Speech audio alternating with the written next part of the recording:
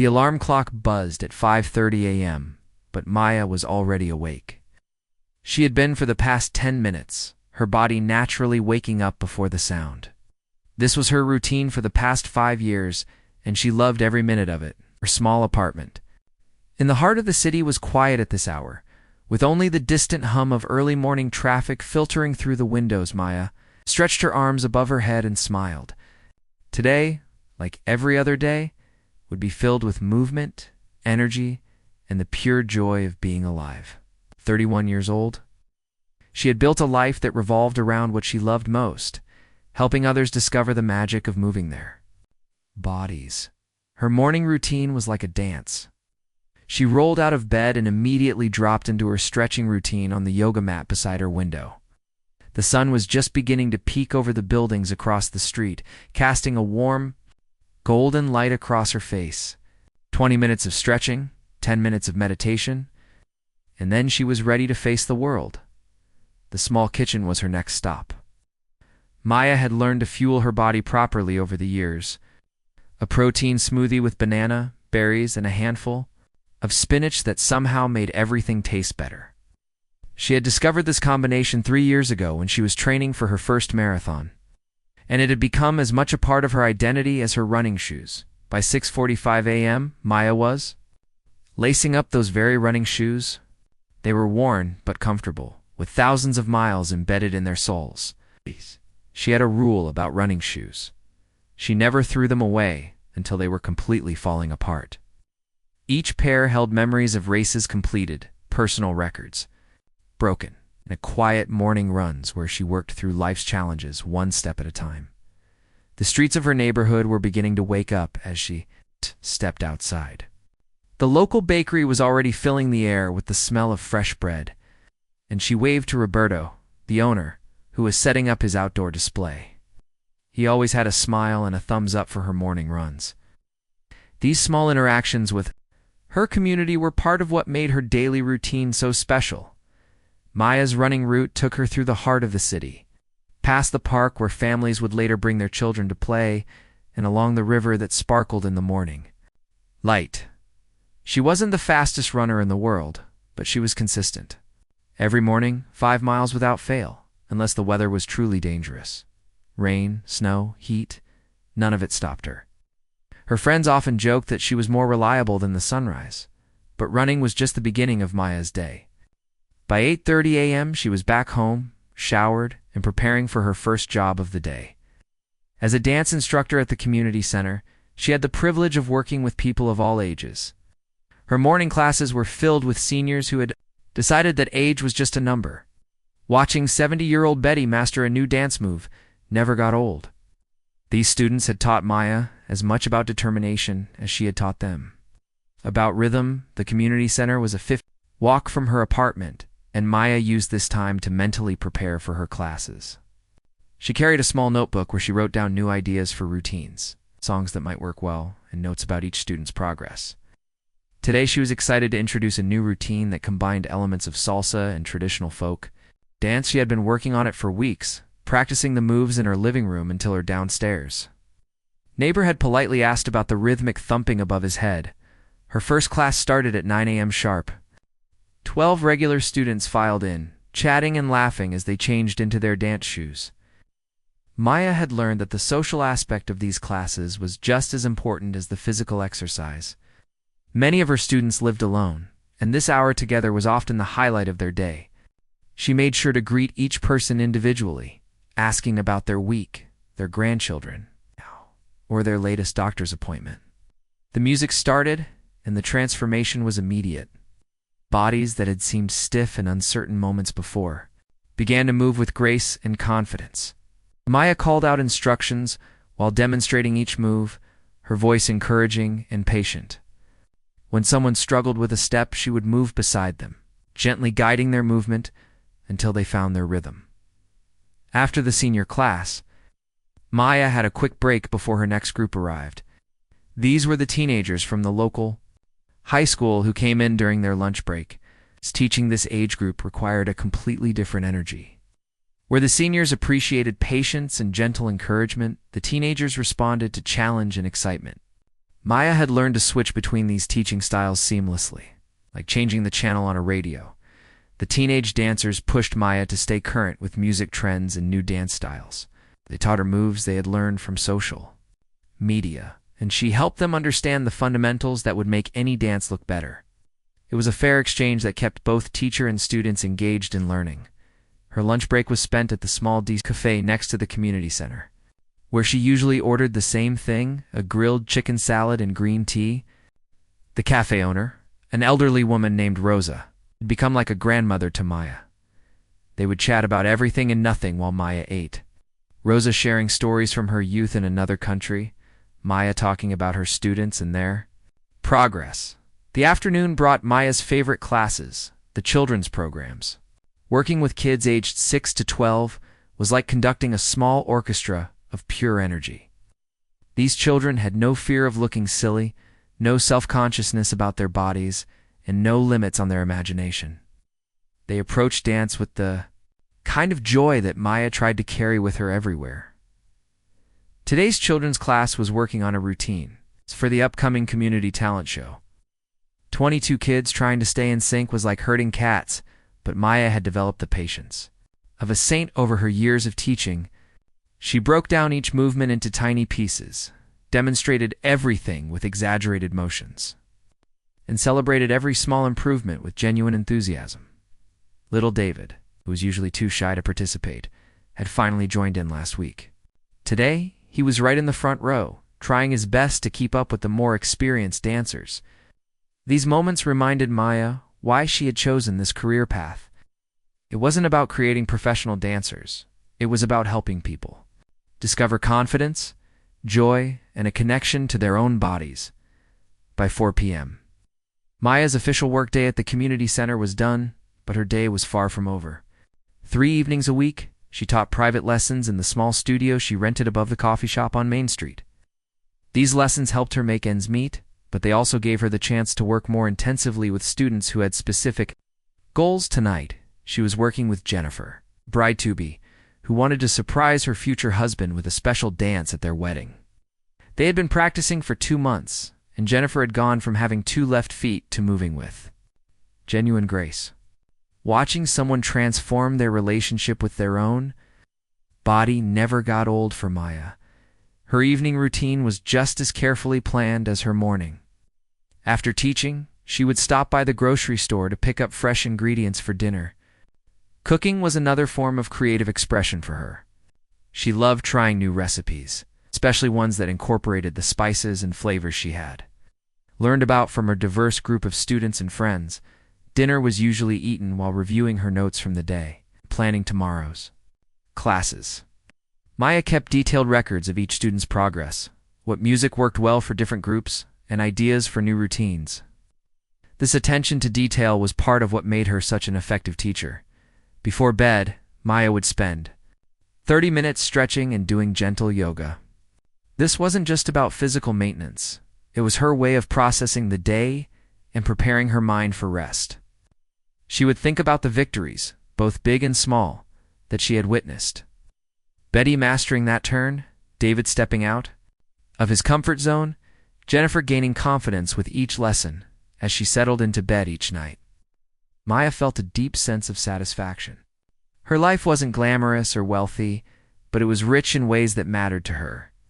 She was healthy, she was helping others, and she was doing what she loved every single day. Legs carried her through every moment, every challenge, every joy. They were strong, reliable, and the foundation of everything she had built.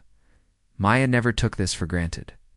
She had seen friends struggle with injuries, had watched her own mother battle health issues that limited her mobility. Every morning, when she woke up pain-free and ready to move, she felt grateful. Her body was her instrument, her tool, and her greatest asset all rolled into one. This was Maya's life, simple, purposeful, and completely centered around the gift of movement. She had no way of knowing that in just a few short weeks everything would change forever. Tuesday morning started like any other day for Maya. The alarm buzzed at 5:30 a.m. She was already stretching beside her bed, her body following the same routine it had for years. The sun was just beginning to peek through her apartment windows. casting familiar shadows across her yoga mat. Everything felt normal, predictable. Safe to her morning run took her through the same neighborhood streets she had traveled thousands of times before. She waved to Roberto at the bakery, smiled at the early commuters heading to work, and felt that familiar rhythm of her feet hitting the pavement. Her breathing was steady, her pace comfortable, and her mind was already planning the day ahead. She had a new routine to teach her senior dance class, and she was excited to see how they would respond to the music she had chosen. After her run, Maya showered and prepared for her day with the same careful attention she always gave to her routine. She packed her dance bag with extra water bottles, her notebook full of choreography ideas, and the small first aid kit she kept for minor scrapes and bruises that sometimes happened during more energetic classes. She had no idea that within a few hours, no first aid kit in the world would be able to help her. The walk to the community center was pleasant that morning. The weather was perfect, not too hot, not too cold, with a gentle breeze that made Maya grateful to be alive and healthy. She stopped at her usual cafe for her morning green tea, chatting briefly with Rosa about the community talent show that was coming up in a few weeks. Rosa was excited to watch Maya's students perform. They discussed which routines would work best for the small stage. Maya's first class went beautifully. Her senior students were in good spirits, and even the most cautious dancers were attempting the new steps with enthusiasm. Betty, who was 73 and Maya's most dedicated student, had mastered a particularly tricky turn that had been giving her trouble for weeks. The joy on her face when she finally got it right was the kind of moment that reminded Maya why she loved teaching so much. During her break between classes, Maya decided to walk to the small grocery store 2 blocks, a way to pick up some fruit for lunch. It was such a simple decision, the kind of everyday choice that people make without thinking. She needed apples for her afternoon snack, and the store had the best selection in the neighborhood. She grabbed her purse, told the receptionist she would be back in 15 minutes, and stepped out into the sunshine. The intersection at 5th and Main was busy, but familiar. Maya had crossed it hundreds of times, always careful to wait for the proper signal and look both ways. She was responsible that way, the kind of person who followed rules and paid attention to her surroundings. Her dance training had made her naturally aware of space and movement, both her own and that of others around her. The crosswalk signal turned white, and Maya stepped into the street along with several other pedestrians. She was thinking about her next class, mentally reviewing the steps she wanted to teach the teenagers who would arrive after lunch. The music was playing in her head. She could almost feel the rhythm in her steps as she walked across the asphalt.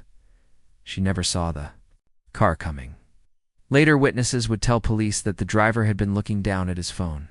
He ran the red light at nearly 50 miles per hour, never hitting his brakes, never seeing the people in the crosswalk. The impact sent Maya flying through the air like a broken doll, her body traveling 30 feet before hitting the ground. With a sound that everyone who heard it would never forget, the world went quiet for Maya in that moment. Not silent. She could hear sounds around her, voices shouting, footsteps running, sirens in the distance. But everything seemed muffled, like she was underwater. She was lying on her back on the cold pavement, staring up at the blue sky that had seemed so beautiful just moments before. People were kneeling beside her, talking to her, but their words seemed to come from very far away. Someone was holding her hand, telling her to stay awake, that help was coming. She tried to speak, tried to tell them she was okay, but no words came out. Something was very wrong, but her mind couldn't quite process what had happened. The pain hit her in waves. First her head, then her back, and then something else. Something terrible in her left leg that made her stomach turn. She tried to look down, tried to see what was wrong, but the people around her kept telling her to lie still, to keep her head back, to stay calm. The ambulance arrived in what felt like hours, but was probably only minutes. The paramedics moved. Quickly and efficiently, asking her questions, she tried to answer. "What's your name, Maya? How old are you?" 31. "Day is it? Tuesday. Can you feel this?" She couldn't feel whatever they were touching below her left knee, and the realization sent a chill through her body that had nothing to do with the cool pavement beneath her. They lifted her onto a stretcher, and for the first time, Maya caught a glimpse of her leg. What she saw made her close her eyes immediately and turn away. There was so much blood, and her leg was bent in a way that legs weren't supposed to bend. The white bone of her shin was visible through torn skin and fabric, and she could see that her foot was barely attached to the rest of her leg. The ride to the hospital was a blur of medical equipment, urgent voices, and pain medication that made everything feel fuzzy around the edges. Maya kept drifting in and out of consciousness, sometimes waking to find paramedics working over her, sometimes opening her eyes to see the ceiling of the ambulance rushing past overhead. She remembered asking about her dance classes, worried that her students would be waiting for her. She remembered asking if she would be able to run tomorrow morning. The paramedic holding her hand had smiled sadly and told her not to worry about any of that right now, just focus on staying with them. At the hospital, everything moved very fast. Doctors and nurses surrounded her, asking the same questions the paramedics had asked, examining her injuries, preparing her for surgery. Someone explained that they needed to operate immediately to try to save her leg, that the damage was severe, but they would do everything they could. Maya signed consent forms with a shaking hand, not really understanding what she was agreeing to. The pre-surgery medication was making her drowsy, but she fought to stay awake, to understand what was happening to her body, to her life, to everything she had built around her ability to move. The last thing she remembered before the anesthesia took hold was a doctor's gentle voice telling her that they were going to take good care of her. She wanted to believe him, but something deep in her heart already knew that the life she had woken up to that morning was gone forever. When Maya opened her eyes 6 hours later, her world had changed completely. The recovery room was bright and sterile, filled with the beeping of machines and the quiet conversations of medical staff. Her mouth was dry, her head was foggy, and there was a strange absence of sensation where her left leg should have been. A nurse noticed she was awake and came over with a gentle smile. Dr. Peterson would be in soon to talk with her, she said. Maya tried to ask about her leg, but her throat was too dry to speak. The nurse gave her ice chips and told her to rest, that there would be time for questions soon enough. But Maya already knew. Even through the haze of medication and the shock of what had happened, she could feel the emptiness beneath the hospital blanket where her leg used to be. The woman who had built her entire life around movement, who had defined herself by her ability to dance and run and teach others to find joy in their bodies, was facing a future she couldn't even begin to imagine. The first month after leaving the hospital was the longest month of Maya's life. Her small apartment, which had once been her sanctuary, now felt like a prison. The stairs that led to her second-floor unit had become an impossible mountain. Each step required careful planning, intense concentration, and more energy than she had ever imagined. What used to take her 30 seconds now took nearly 10 minutes. Leaving her exhausted and frustrated, Maya's sister Lisa had moved in temporarily to help with daily tasks that had once been second nature. Simple things like grocery shopping, cleaning, even making a cup of coffee had become complicated challenges. Maya watched from her couch as Lisa bustled around the apartment, doing all the things Maya used to do without thinking. The guilt and helplessness were almost worse than the physical pain. The prosthetic leg that insurance provided was nothing like what Maya had expected. In her mind, she had imagined something that would work almost like her real leg had. Instead, she got a heavy, uncomfortable device that rubbed against her skin and made walking feel like learning to balance on stilts. The prosthetist had been matter-of-fact about it. This was a basic model, designed for walking short distances, not for the active lifestyle Maya had lived before. Physical therapy sessions were torture, not because of the pain, though. There was plenty of that, but because of the constant reminders of what she had lost. The therapist, a cheerful woman named Kelly, kept talking about goals and progress, but Maya couldn't see past what she couldn't do anymore. Every exercise highlighted another limitation, another thing that would never be the same. Maya tried returning to work after 6 weeks, but it was a disaster. She arrived at the community center using crutches, determined to at least teach her senior class from a chair. But watching her students move with the grace and joy she had taught them was heartbreaking. When Betty asked if Maya would demonstrate the new steps, Maya had to excuse herself to the bathroom, where she cried for 20 minutes. The teenagers were even harder to face. They were polite, but Maya could see the pity in their eyes. These kids who had once looked up to her as someone strong and capable now saw her as fragile and broken. She lasted 3 days before telling her supervisor she needed more time to recover. Deep down, she wondered if she would ever be ready to return. The financial pressure was crushing. Workers' compensation covered some medical bills, but not everything. Her savings, which had never been large to begin with, disappeared quickly.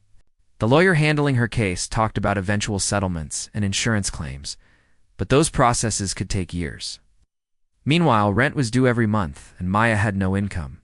Her social life crumbled almost immediately. Friends from her running groups sent flowers and visited in the hospital, but as weeks turned into months, the visits became less frequent. They were still training for marathons, still meeting for their weekly runs, still living the life Maya used to share with them. She couldn't bear to hear about their races and achievements. They didn't know what to say to someone whose running days were over. The dance community was more understanding, but Maya found their sympathy almost harder to handle than indifference. When former students called to check on her, their voices full of concern and sadness, Maya felt like she was being mourned while still alive.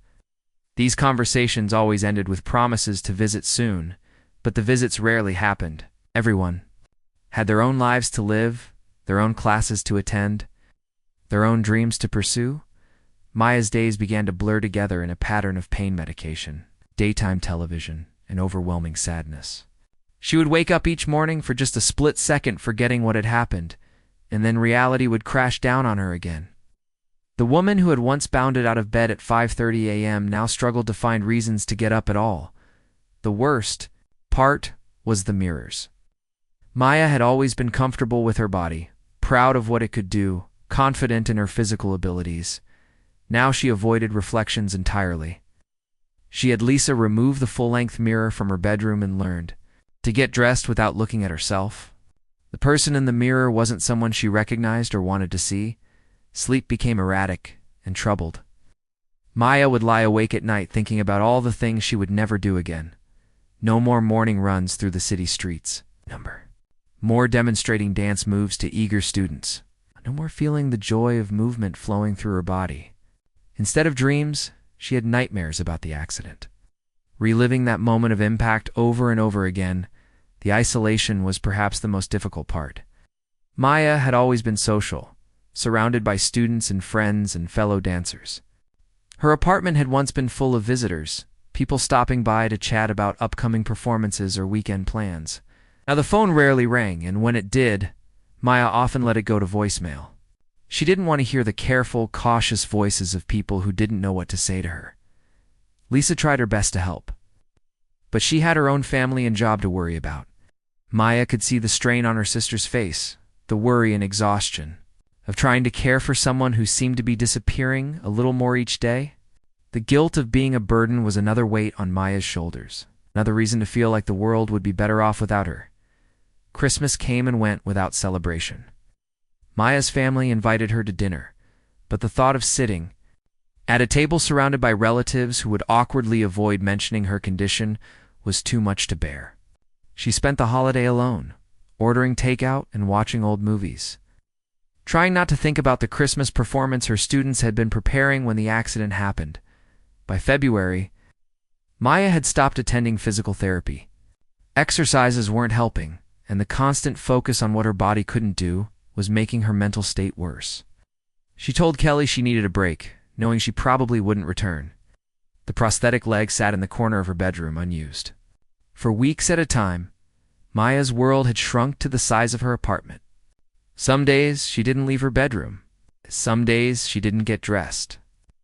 The woman who had once been the energetic heart of her community had become a ghost, present in body but absent in spirit. She had lost more than her leg in that accident. She had lost her identity, her purpose, her connection to the world around her. The darkest thoughts came at night. When the apartment was quiet and Maya was alone with her despair, she began to wonder if her life would ever have meaning again, if she would ever feel joy or purpose or hope. The future stretched ahead of her like an endless gray tunnel with no light at the end. Maya had always been a fighter, but this battle felt different. This wasn't something she could overcome through determination or practice. This was a fundamental change to who she was, and she couldn't see a way to accept it or adapt to it. She felt broken in ways that couldn't be fixed, lost in ways that couldn't be found. What Maya didn't know was that help was coming, though it would arrive in a form she never expected from a person she had yet to meet. March arrived with the kind of cold rain that made everything seem gray and hopeless. Maya had been putting off her appointment at the prosthetic clinic for 3 weeks, but Lisa had finally insisted she couldn't cancel again. The insurance company needed documentation that she was still trying to use the device, or they might stop covering her medical expenses entirely. Maya didn't care about the money anymore, but she didn't want to burden her sister with additional financial stress. The clinic was in a part of town Maya had never visited before. Lisa drove her there in silence, both of them dreading another disappointing appointment with another medical professional who would talk about progress and adjustment periods while completely missing the point that Maya's life was over. Maya stared out the window at people walking normally on the sidewalks, moving with the easy confidence she would never feel again. The waiting room was exactly what Maya expected: sterile, beige, filled with the kind of motivational posters that made her want to scream. She sat in an uncomfortable plastic chair, filling out forms that asked about her pain levels and daily activities. How do you rate your pain from 1 to 10? How do you rate your hope from 1 to 10? That second question wasn't on the form, but Maya answered it anyway in her head. 0. When her name was called, Maya expected to see the same prosthetist she had been working with for months. Instead, a man about her age appeared in the doorway. He was wearing casual clothes instead of a medical coat, and something about his posture was different from the other healthcare workers she had encountered. He moved with a slight awkwardness that Maya recognized immediately. He was missing his right arm. His name was Diego, and he worked as a prosthetist, specializing in what he called active recovery solutions. Maya had never heard that term before, but she followed him down a hallway lined with photos of people doing things that seemed impossible. People with prosthetic legs running, climbing mountains, dancing. Maya looked away quickly. Those pictures felt like cruel jokes. Diego's office was different too. Instead of medical charts and anatomy posters, the walls were covered with pictures of real people living real lives. There was a woman with a prosthetic arm playing guitar, a man with 2 prosthetic legs standing on a surfboard, a group of amputees laughing together at what looked like a barbecue. Maya sat in the chair across from Diego's desk and waited for him to start talking about goals and progress like everyone else did. Instead, Diego was quiet for a long moment, just looking at her with eyes that seemed to see more than most people did. Finally, he spoke. "Tell me about who you were before," he said simply. "Not how are you adjusting, or what are your goals. Just a request to talk about the person she used to be." Something about the way he asked the question, the fact that he had asked it at all, broke something loose inside Maya. For the first time since the accident, she found herself talking about her old life without feeling like she was torturing herself. She told Diego about her morning runs, about teaching dance to seniors and teenagers, about the joy she had felt when her students mastered a difficult move. Diego listened without interrupting, without offering advice or encouragement. He just listened, and Maya realized how long it had been since anyone had really heard her. When she finished talking, there were tears on her cheeks. But they didn't feel like the hopeless tears she had been crying for months. They felt different. Somehow sadder, but also cleaner. Then Diego did something that surprised her. He rolled up his left sleeve, revealing a prosthetic arm that looked nothing like the basic model Maya had been given. "I used to think I was my limbs too," he said quietly. "Took me about 2 years to figure out I was wrong." Diego had been a rock climbing instructor before losing his arm in a car accident similar to Maya's. He talked about the same feelings of loss and identity crisis that Maya had been experiencing. But more importantly, he talked about the moment when he realized that he wasn't trying to get back to who he was discovering who he could become. The conversation that followed was unlike any Maya had had with a medical professional. Diego didn't talk about her limitations, talked about possibilities she had never considered. He showed her videos on his computer of athletes who had lost limbs and found new ways to excel. Not inspiration videos designed to make her feel better, but real footage of real people doing extraordinary things. One video showed a woman with a prosthetic leg teaching dance classes. Maya watched, transfixed, as the woman moved with grace and power, demonstrating steps to a room full of able-bodied students who were clearly struggling to keep up with her. The woman's prosthetic wasn't hidden or ignored. It was part of her dance, part of her expression, part of her art. Diego explained that there were different types of prosthetics designed for different activities. The basic walking leg Maya had been given was just one option. There were running blades for athletes, specialized devices for dancers, equipment designed for specific sports and activities. Maya had never known such things existed because no one had ever mentioned them to her, but Diego's real gift wasn't his knowledge of advanced prosthetics. It was his understanding of what Maya was going through emotionally. He talked about the grief process that came with losing a limb, how it was natural to mourn the life you had planned. But he also talked about the possibility of finding a different life that could be just as meaningful, just as full of purpose and joy. Diego introduced Maya to other people who had been through similar experiences. Not in a formal support group setting, which Maya had always resisted, but casually, naturally. A woman named Patricia who had lost her leg in a climbing accident and now taught adaptive sports. A man named Alex who had been a dancer before losing both legs and had revolutionized wheelchair choreography. These weren't people who had overcome their disabilities in the way that inspirational stories usually portrayed. They were people who had integrated their new realities into their identities and found ways to thrive. They talked honestly about bad days and ongoing challenges, but they also radiated a kind of peace and purpose that Maya hadn't felt in months. The next several weeks, Maya found herself looking forward to her appointments with Diego. He fitted her with a better prosthetic, one designed for more active use. But more importantly, he helped her start to imagine a future that didn't feel like a consolation prize. They talked about adaptive dance techniques, about the growing community of disabled athletes and artists, about ways Maya could use her experience to help other people facing similar challenges. Diego never pushed Maya to feel optimistic or grateful. He acknowledged that what had happened to her was genuinely terrible, that her grief was real and valid. But he also helped her see that terrible things could coexist with beautiful possibilities. That loss didn't have to mean the end of everything meaningful. The turning point came when Diego invited Maya to watch a local adaptive dance performance. Maya's first instinct was to say no. The idea of watching other people dance while she sat on the sidelines felt too painful. But something in Diego's expression made her reconsider. He wasn't asking her to be inspired or motivated. He was asking her to witness something real. The performance was unlike anything Maya had ever seen. Dancers with various disabilities moved together in ways that were both familiar and completely new. The choreography didn't hide or compensate for their physical differences. It celebrated them, incorporated them, made them part of the art. Maya watched a man in a wheelchair partner with a woman on crutches in a duet that was more beautiful and emotionally powerful than anything she had seen on professional stages sitting in that theater. Watching those dancers, Maya felt something she hadn't experienced since before the accident. She felt possibility. Not the false hope that she would somehow return to her old life, but genuine excitement about what might be ahead. For the first time in almost a year, Maya began to believe that her story wasn't over.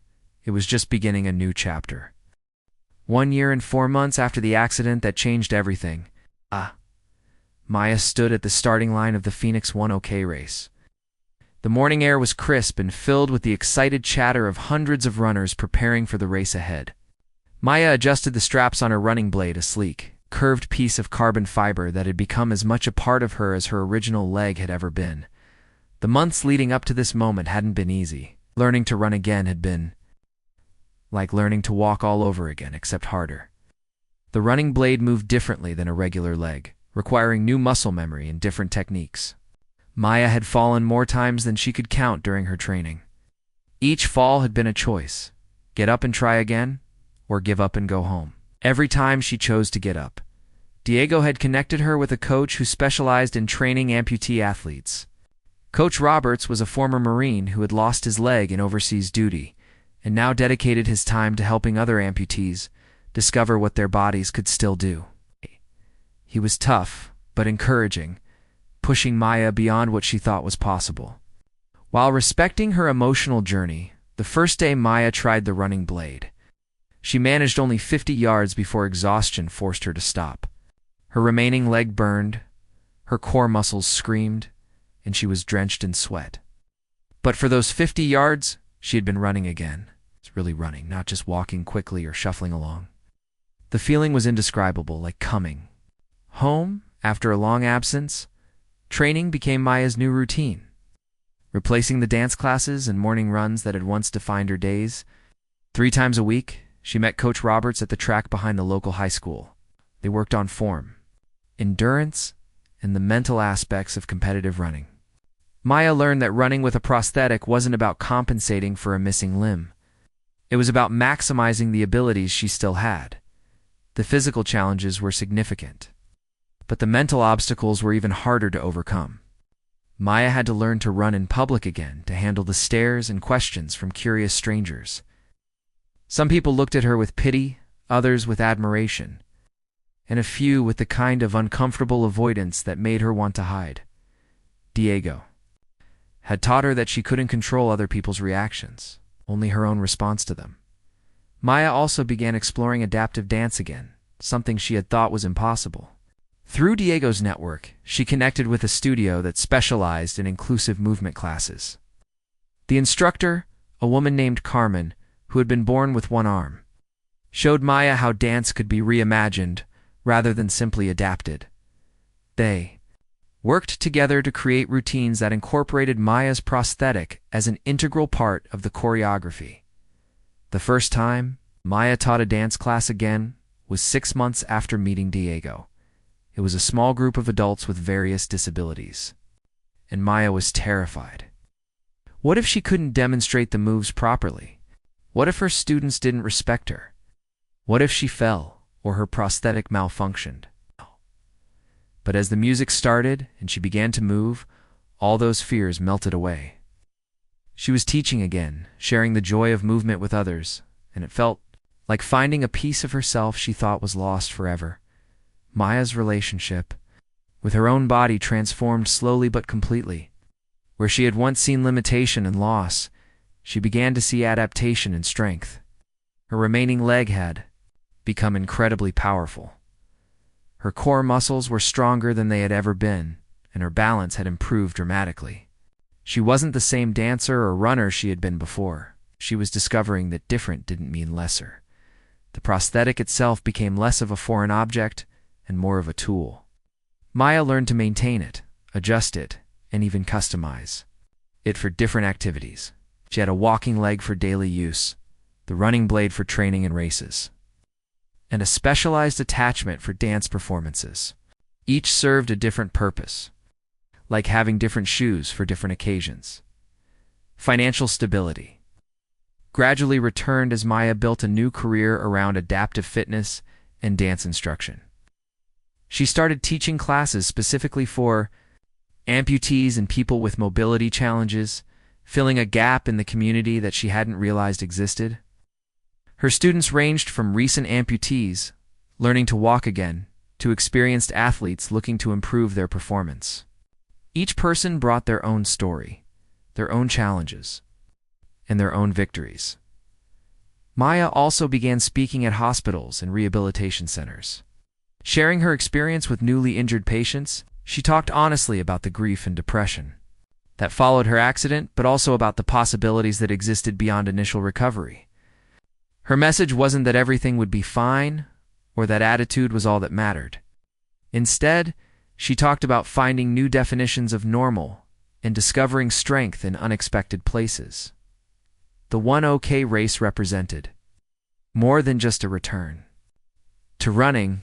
It was proof that Maya had not just survived her accident, but had found a way to thrive beyond it.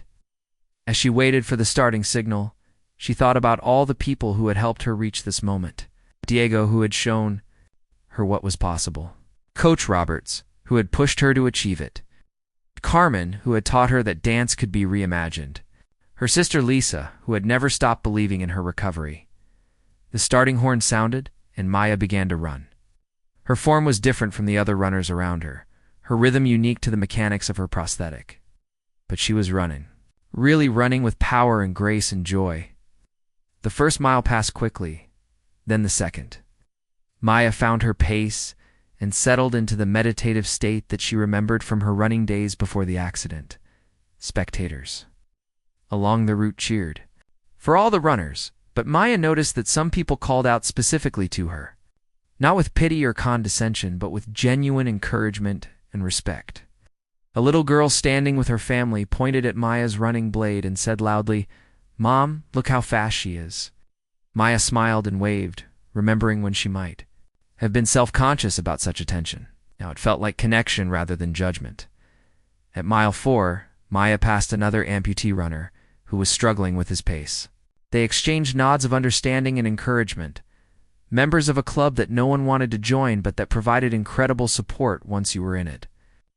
Maya had learned that the amputee community was filled with people who understood challenges that able-bodied friends and family couldn't fully grasp. The final 2 miles were the hardest, as they always were in any race. Maya's remaining leg was tired. Her core muscles were burning. The prosthetic was chafing against her skin despite all the careful preparation, but her mind was clear and determined. Yeah. This race wasn't about achieving a particular time or beating other runners. It was about proving to herself that she could still set goals and achieve them, that her life could still include challenges she chose rather than only those that were forced upon her. As Maya approached the finish line, she could see Diego and Coach Roberts cheering from the sidelines. Lisa was there too, tears streaming down her face, holding a sign that said, "That's my sister." Maya felt a surge of emotion that had nothing to do with physical exhaustion.